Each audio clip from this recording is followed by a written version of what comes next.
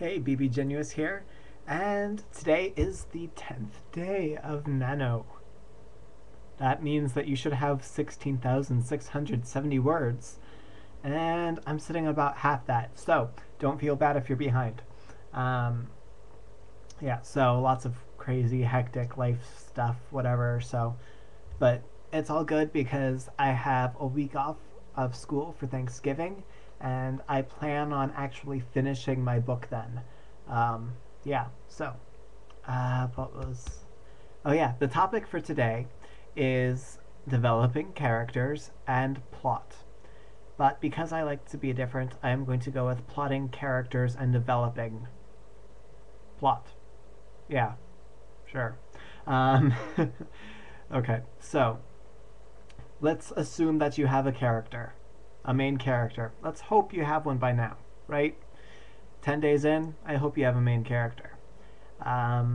You have maybe an inkling of a plot somewhere developing in your mind, but you really don't know where to go from there. Um, so, first, I want to give you this one thought. What do you want your main character to be like at the end of the story? Sometimes your main character doesn't change at all, like, say, in a murder mystery, like I'm writing. Um, your character has the same outlook on the world as when he began, or she began, um, or it began. Maybe your main character is a rock. I don't know, and I won't blame you or judge you if your main character is a rock. In fact, I think that's pretty freaking awesome if it is. Yeah, so you have to look at where your character is now and where you want your character to go. And if you're anything like me, you have no idea exactly where your character is going to go, um, nor do you really know where your plot's going to go. And that's me on a normal basis. This time I actually plotted out my story, which was a massive undertaking on my part, and left my character something to be desired.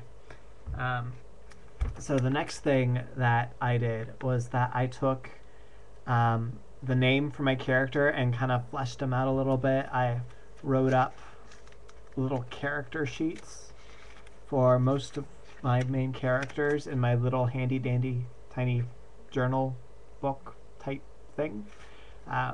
Yeah, so really all that's in here is name, age, hair, description, eyes, height, weight, and personality. Personality. Again, words. Who'd have thunk a writer can't speak? That was bad grammar, wasn't it? Poor grammar, bad grammar. You know what? I'm moving on. So you have this little character sheet, or I do, and off the script. This is what happens when I don't write a script. I go everywhere. Then again, I've never written a script, so I wouldn't know the difference. Okay, so main thing when developing a character is to make sure that you aren't forcing the character to be something that he or she won't become naturally throughout the story. I think that's one of the main things that most people struggle with is you start from one character and you go, ooh, I want you to be like this at the end of the story. Here you are now. This is where you're going to be. Hang on. The camera angle. This is where you are. This is where you're going to be.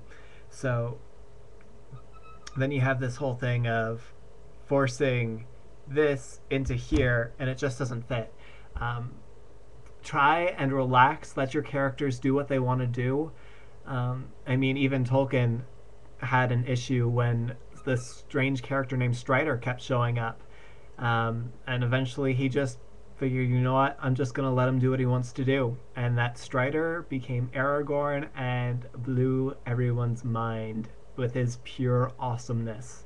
So, moral of the story, relax, let your characters do what they want to do, and just focus on the moment. Because really, the future is the future. Bbjenious, signing out.